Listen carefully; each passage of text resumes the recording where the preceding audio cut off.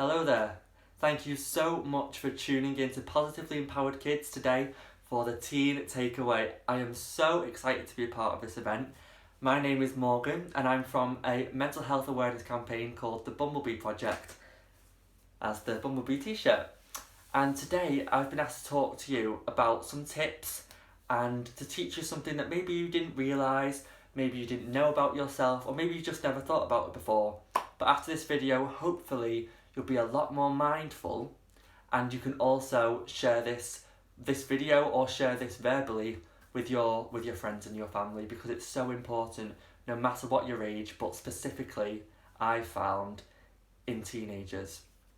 So first of all, when I was in high school, I struggled a lot with the pressures of exams, the pressures of not knowing who I was or who I wanted to be, and it's a lot, isn't it? It's a lot to take in, especially when you've got so much going on. You've got your friends to deal with and your family life, on top of exams and your school and your homework and your revision, and it is so much. But the way that you're going to get through it, and the way that I realised is the only way that I can get through it, is by thinking about how I'm treating myself. Now, to a teenager, I'm not going to sit here and lecture, because let's be honest, nobody wants that, no matter what age you are. But I have found that since I started thinking about the way I spoke about myself to myself, I have been a lot more content and also a lot more productive in my revision and things like that, because I'm tuned into that really mindful and aware mindset, and it's really important. So if you ever find yourself going, oh, I'm so stupid, after you've made a mistake, or even saying, oh, why have I done that? Do you know what? I give up. Just take a step back, have a little breather and think, okay, me responding like that is not going to do me any favours. If I say, oh, I'm so stupid, I've not achieved anything. It's not got me anywhere, apart from I'd be degrading myself. And nobody is that stupid that they can't make mistakes. Honestly, mistakes are normal, and they're a natural part of learning and developing. So, first of all, as we've discussed, the way you talk to yourself. Second of all is how you structure your time. Now, in high school, I got a lot of, it's X amount of weeks until exams, or make sure you're doing this amount of hours of revision each day or each week. And it helped to know where I should be at, but it also didn't help for me to process that and for me to take that on board as well as everything else, because I had a lot of extracurricular things going on. I had stuff in my own personal life going on, and I already was suffering with my mental health. I'm okay to talk very openly about it, because I'm not ashamed to talk about it. And so what I found was, no matter how much revision I'm doing, too much or too little, I just need to make sure that I've allocated a certain amount of time for looking after myself, having that bit of downtime. Do you know what? Watching TV for an hour or two when you're not feeling too good is okay. It's fine. If you want to play a game, if that makes you feel good, if you want to go on your Xbox or whatever, that's fine. It's absolutely fine. Because, don't get me wrong, you do need to do little bits here and there, your revision and your homework and all that. But I am saying, make sure you're balancing it. Make sure it's not one-sided.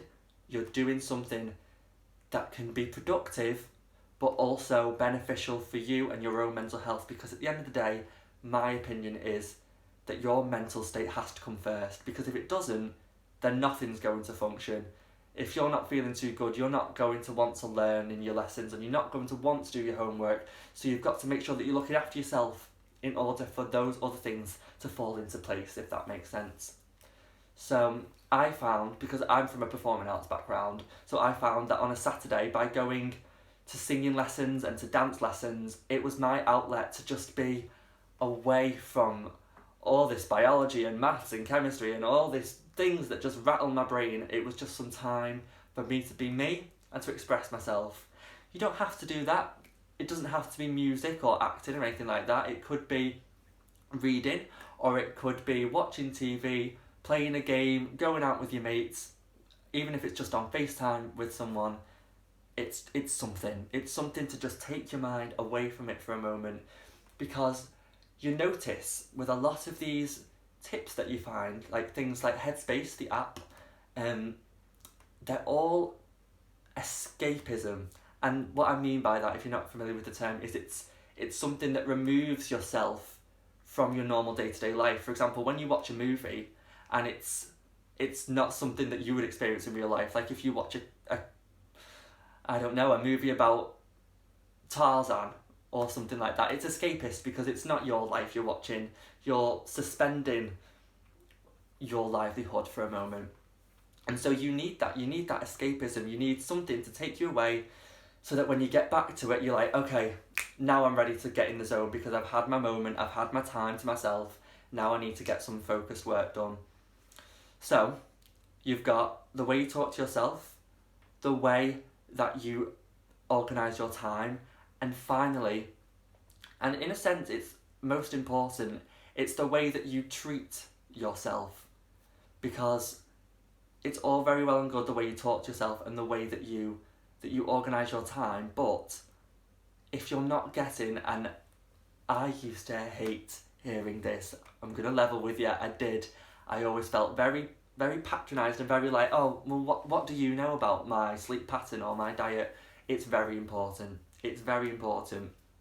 And I'll prove it, because I suffered with quite low moods for a long period of time, and although there were other things that contributed to it, a large part of it was actually my vitamin D levels were very, very low. And so I found that when I started taking supplements for vitamin D, I began to feel a lot better.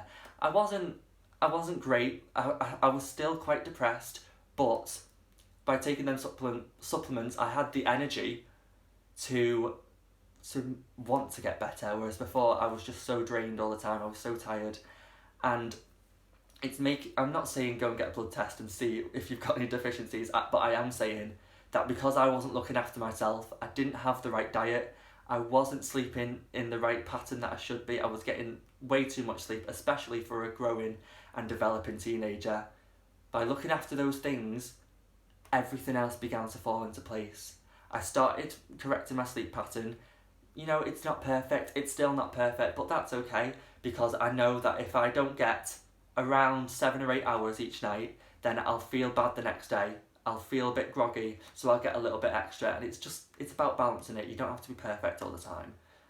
And by eating more, I know eat your fruit and veg, it sounds a bit patronising, but by eating more of the right things and less of the things that I shouldn't be eating, let's be honest, I began to feel so much better.